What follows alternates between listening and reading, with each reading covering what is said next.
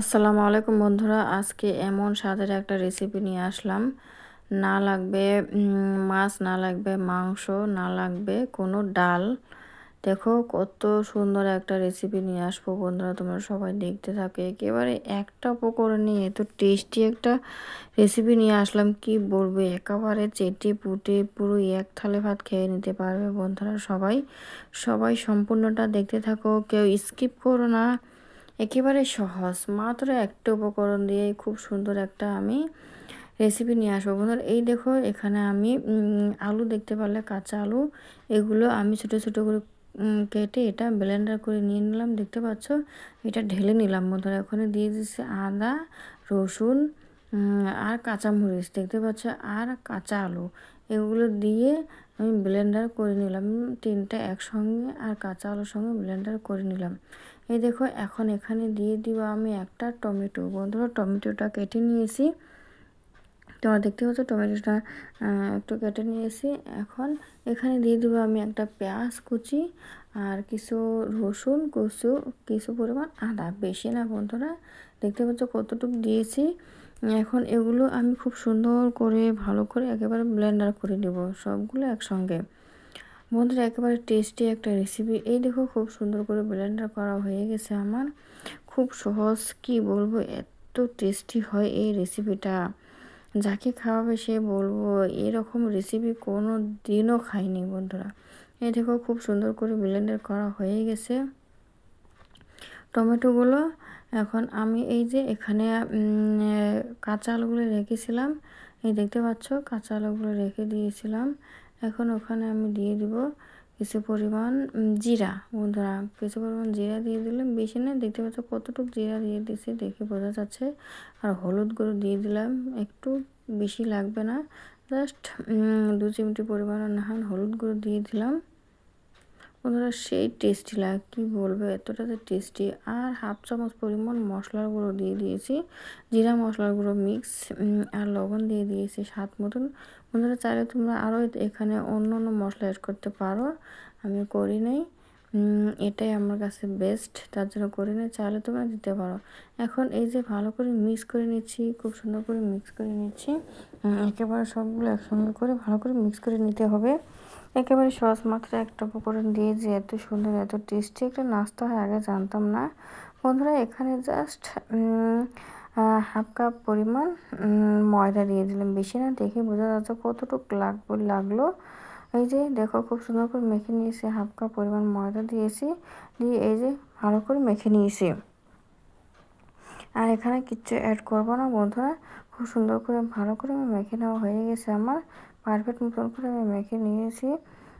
এইভাবে মেখে নিবা, একেবারে সহজ সিম্পল। এই যে এখানে আমি জল একটা ছিদ্র করে দিয়েছি, এটা ভাপের মধ্যে দিয়ে দিচ্ছি বন্ধুরা। জলের ভাপে ওগুলো যেগুলো আমি কাঁচা আলু মিক্স করে নিলাম একটু ময়দা দিয়ে, এখন ওগুলো জলের ভাপে আমি সিদ্ধ করে নেব বন্ধুরা। এই যে এখানে আমি ছিদ্র বলটা কিচ্ছু দিইনি, এমন তেল টেল কিছু লাগবে না ব্রাশ করে, চাইলে একটু তেলে ব্রাশ করে দিতে পারো, আমি দিইনি বন্ধুরা। এই দেখো, এখন তুলে নিলাম, খুব সুন্দর, দেখো ভাপটা খুব সুন্দর সিদ্ধ হয়ে গেছে বন্ধুরা। একেবারে শক্ত শক্ত ভাব হয়ে গেছে, দেখি বোঝা যাচ্ছে খুব সুন্দর শক্ত হয়ে গেছে, নরম না, শক্ত শক্ত ভাব হয়ে গেছে বন্ধুরা। এখন এগুলো আমি নামিয়ে নিব, খুব সুন্দর ভালো হয়েছে। এই দেখো, সবগুলো নামিয়ে নিয়েছি, দেখতে পাচ্ছি একেবারে শক্ত শক্ত হবে। আর দেখো কতটা সহজ, কেউ স্কিপ করে দেখো না বন্ধুরা, একেবারে সহজ, খাইতে তো অসাধারণ টেস্ট লাগে। একেবারে কি বলবো, মুখে দিলে তো খুব সুন্দর একটা টেস্ট আসে বন্ধুরা। এই সবগুলো করে নিয়ে নিয়েছি আমি একেবারে জলের ভাবে, সবগুলো এমন করে সিদ্ধ করে নিতে হবে, তাহলে শক্ত হয়ে যাবে, তখন রান্না করার সুবিধা হবে বন্ধুরা। এই যে এখানে আমি কড়াও দিয়ে দিয়েছি, কড়াটা গরম হয়েছে, এখন আমি এখানে সরিষার তেল দিয়ে দিলাম পরিমাণ মতন। তোমরা চাইলে সাদা তেল ব্যবহার করতে পারো, যে যেটা খাও সেটা ব্যবহার করতে পারো।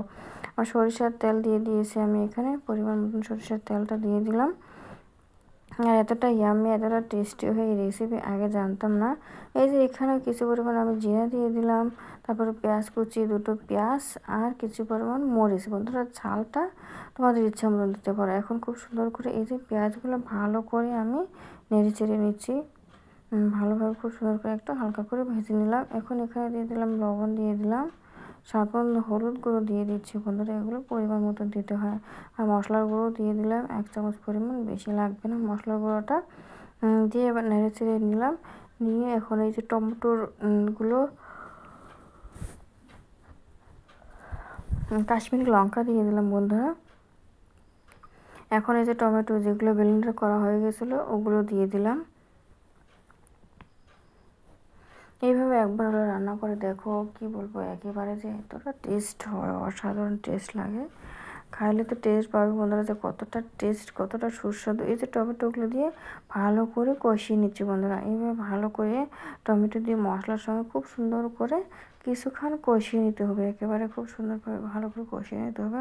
রান্নাটার অনেকটাই টেস্টটা বাড়িয়ে যাবে। এই দেখো টমেটোগুলো দিয়ে খুব সুন্দর ভালো করে আমি কষিয়ে নিচ্ছি, একেবারে ভালো করে কষিয়ে নিতে হবে। দেখো খুব সুন্দর করে তেল ছেড়ে দিয়েছি। এইভাবে ভালো করে কষিয়ে নিতে হবে, তাহলে রান্নাটা স্বাদ দ্বিগুণ হয় বন্ধুরা।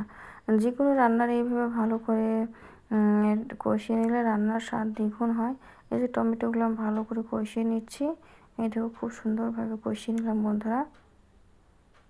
এখন এখানে একটু জল দিয়েছি, বেশি না, অল্প একটু জল দিয়েছি বন্ধুরা। এখন এখানে আমি যেগুলো সিদ্ধ করে রেখেছিলাম কাঁচা আলু, ওগুলো ঢেলে দিলাম। এখন ওগুলো দিয়ে কিছু পরিমাণে একটু কষিয়ে নেব, বেশি না, কিছু পরিমাণে একটু কষিয়ে নেব। এই যে ভালো করে নেড়ে চেড়ে নিচ্ছি, দেখতে পাচ্ছ বন্ধুরা, ভালো করে নেড়ে চেড়ে নিলাম।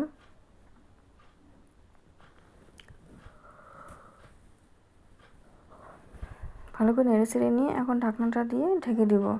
একটু একটু করে কিছুক্ষণ কষিয়ে নেব, বেশি না, একটু একটু করে দুবার কষিয়ে নিলে হয়ে যাবে বন্ধুরা। এটা কষানি ভালো করে হয়ে গেছে, দেখতে পাচ্ছ ভালো করে আমি কষিয়ে নিয়েছি। এখন আর কষানি লাগবে না, খুব সুন্দর কষানো হয়ে গেছে। এখন এগুলোতে আমি জল দিয়ে দিলাম বন্ধুরা, জল দিয়ে দিব। এখন রান্না যে যখন ঝোলটা করব ওই জন্য একটু জলটা দিয়ে দিচ্ছি, আর ভালো করে একটু নেড়ে চেড়ে নিচ্ছি। বন্ধুরা সবাই একবার হলো মায়ের এরকম করে রান্না করে খেয়ে দেখো, কতটা মজা লাগে। এই দেখো রান্নাটা কত সহজে ঝটপট করে তৈরি করে নিয়ে নিলাম। এই যাবে বেশি ঝোল রাখিনি, একেবারে মাখা মাখা টাইপের করে। দেখো কত সুন্দর হয়েছে কালারটা বন্ধুরা, আর খাইতে কত অসাধারণ টেস্ট হয়েছে। কি বলবো, পুরো এক থালি ভাত চেটেপুটে খেয়ে নিতে পারবে এরকম এটা একেবারে সিম্পল সহজ রান্না দিয়ে বন্ধুরা। বন্ধুরা আমার ভিডিও দেখে যদি ভালো লাগে অবশ্যই সাবস্ক্রাইব করে পাশে থেকো, আর লাইক কমেন্ট করে দেখো। সহজ সহজ নতুন নতুন এরকম ভিডিও পেতে অবশ্যই চ্যানেলে চোখ রাখো।